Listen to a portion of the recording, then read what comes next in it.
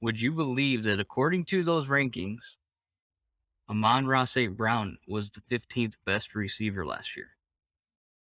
I would believe it, especially based upon the fact that over those like last 6 or so weeks, like he just caught on fire. For sure he did. And for sure, like, absolutely. Like, I was targeting him in my fantasy league and was trying to make sure that I got him for my playoff push and all that because he was setting the world on fire. But I'm gonna label him as overrated, though I hate to use that term really in the sense that he's only done it once, right? And so if he can continue to build on what he did over those last 6 weeks, if he can continue to do what he was doing and continue to just shoot up, you know, statistical leaderboards and help the team win, putting stats from whatever position on the field he's playing, whether it's, you know, the number one guy, the number two guy, the slot guy, which I think he's actually probably going to thrive a lot better in the slot than he will on the outside. Just my personal opinion. If he can continue to do that, then I would have no problem being like, no, he's not overrated. And I use that term very hesitantly. I hate the like black and white of overrated because I really don't think that I think he's a great player and I'm really glad that he's on our team. But I'm a little bit hesitant to say that he's the 15th best wide receiver in all of football right now. That's why I would put him there. That's why I would say, let me see a little bit more from Amon-Ra before I give him that, top 20 in the NFL.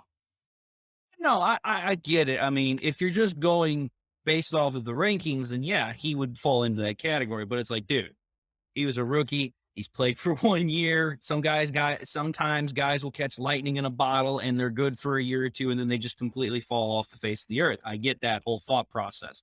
With And again, I'll agree with you to a certain degree. It's like, listen, I would like to see more before we throw Amon-Ra St. Brown into that top of the echelons for wide receivers. Right. I'll just say this: my overrated player.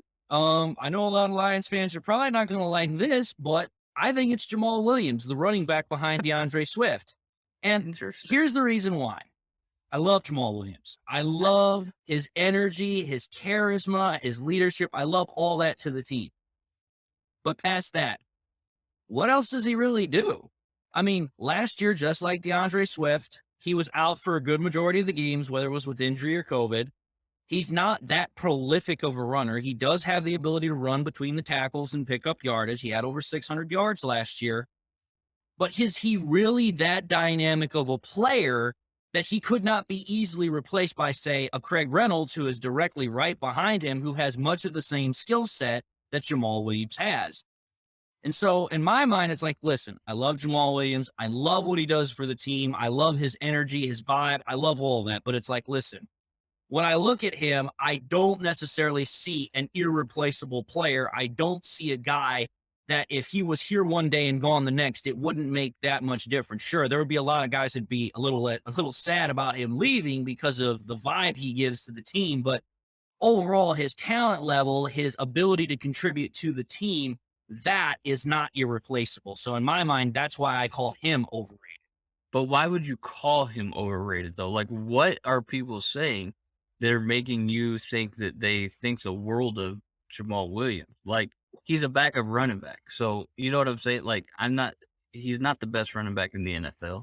He's number No, two no, to no. DeAndre Swift. So why would we consider him overrated? You think he should be lower than Craig Reynolds on the depth chart?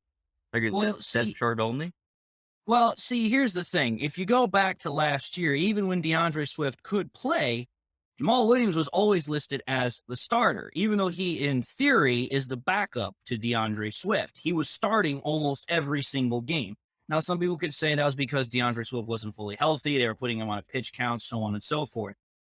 But the thing is, I've also had conversations with people where they're like, oh, well, you could trade Jamal Williams for like a late second rounder or a third rounder. And I'm like, I mean, he's still got value as a running back. Don't get me wrong. But this is a guy that's starting to creep up into the upper 20s, and running backs start losing their, what's the word, effectiveness, their value, so to speak, to teams once they hit that 30 mark.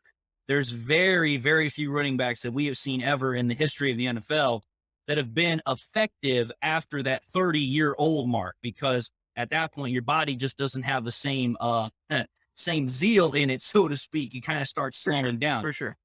And I'm not saying that Jamaal Williams doesn't have value or that he is a whatever kind of running back. I'm not even saying that Craig Reynolds should be higher than him on the depth chart. I'm just simply stating that if you look at Jamaal Williams and Craig Reynolds example, I think those two you could interchange and you're not going to miss much of a beat, is what I'm saying. I'm saying if Craig Reynolds were to take over for Jamaal Williams, was there going to be that much of a drop off? No, not in my opinion, as far as production is concerned, because Craig Reynolds came in last year and he had a 115-yard rushing game and he had an 80-plus rushing game, and that was in total relief mode. If he were to come in and be the secondary running back, I think he'd have the same amount of production as Jamaal Williams. And at this point, I don't think he cost as much as Jamaal Williams either, because right now Jamaal Williams is making what, like $3.5, almost $4 million. Craig Reynolds is not even going to ask for a quarter of that right now because he's a nobody in essence. That's just my thought process. Man on a mission, I'ma get it. You know I be on a what? Yeah.